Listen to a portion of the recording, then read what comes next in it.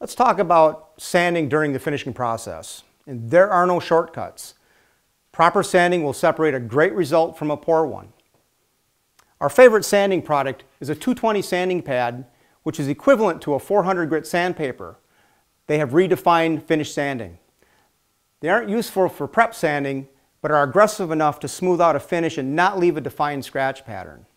Here are some tips for what to use with General Finishes products. I have a board here. It's got patina green milk paint on it. I'm just going to sand it with my 220 pad. It's nice and smooth. It just leaves just enough of a dust on it so you can get a nice smooth finish. The table is finished with 2 coats of lamp black milk paint, sealed with 2 coats of high performance flat. We're ready for our final coat of finish, so we're just going to prep this by giving it a quick finish sand. See, just a nice light, you can see it powdering up. It tells my finish is nice and dry. Come down on the leg here. And I'm going to take my tack cloth and just wipe it off.